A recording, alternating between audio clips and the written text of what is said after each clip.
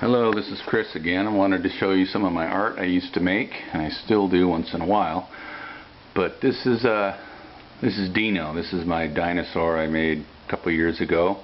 Drew him from scratch, and it's metal. The black is metal, and then obviously the wall is what you see in between. So what we got here, pull them off the wall for you, is I draw a picture and then I bend my metal to it and somehow get it together without it all falling apart and getting weird. And I fill the solid parts in with sheet metal or with little pieces if it's small enough. And this one doesn't have a whole lot holding it together. There's a couple pieces that actually hold the whole thing together. So here's a bunch I have on the wall that I just have for this show. I'm not keeping them like this, but so there's another one from the late 80s when the Triple Crown was almost won by Sunday Silence, an easy goer. So and then I started, actually just recently I added a little color to it, which is kind of neat now. So one's blue and one's got a little red. This one I made a couple years ago, a Spitfire. That was really hard, trying to keep everything straight and in line. And so that's almost 3 feet long. And you got the little pilot in there looking at you. And so the shadows are tricky, you know, they stand off the wall a couple inches and you can see the shadows if and if there's a lot of light on the black part itself, it doesn't look that great, and if there's too many shadows, it doesn't look that great. So it really needs to be lit from the back somehow, put in a box, but haven't got that far. Here's my new monster. He's a little out there, three-eyed elephant tusk bull scraper dude. And here's another old one, my elephant. And then here's one I did recently of my niece and nephew. I took a photo of them and made them out of metal.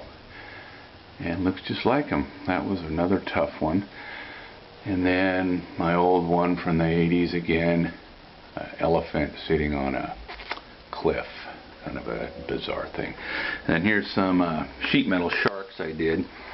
Just sheet metal and bent, and the fins welded on so they're coming out of the wall. These colored guys, and then this guy's way ahead of the pack going through the wall there. Here's some of my favorite pedal cars, 39 Dodge, 39 Zephyr, and 35 Pontiac.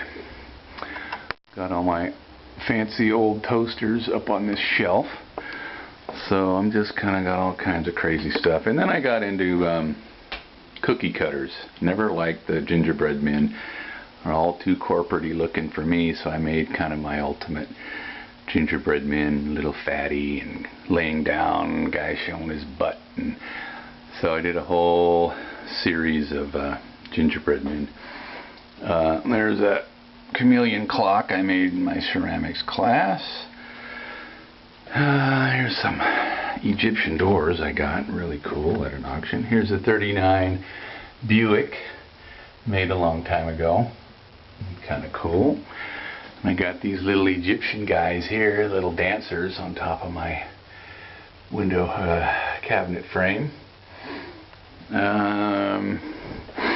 What do we got? We got my comedy tragedy I made again back in the late 80s, early 90s. I drew that one myself. The separate little star floating there. I got these clocks, little German soldier clocks, moving eye clocks, and made a little metal dude out of there, kind of a little skeleton ghost there floating. And then we got Marilyn. I made an Elvis and a clown. There's other stuff that I don't obviously have here, but she wound up turning out really well. There's Marilyn. I made a nucleus planet, my little abstract planet there. That's cool. And my latest monster guy is Buzzsaw the flea monkey. Turn the light off and you can see him a little better.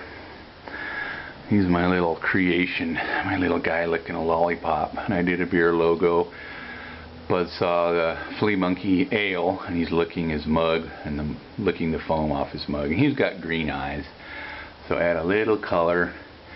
So I got him tattooed on me too. I thought he was so cool. So he's my little monster buddy. And then in my bedroom here,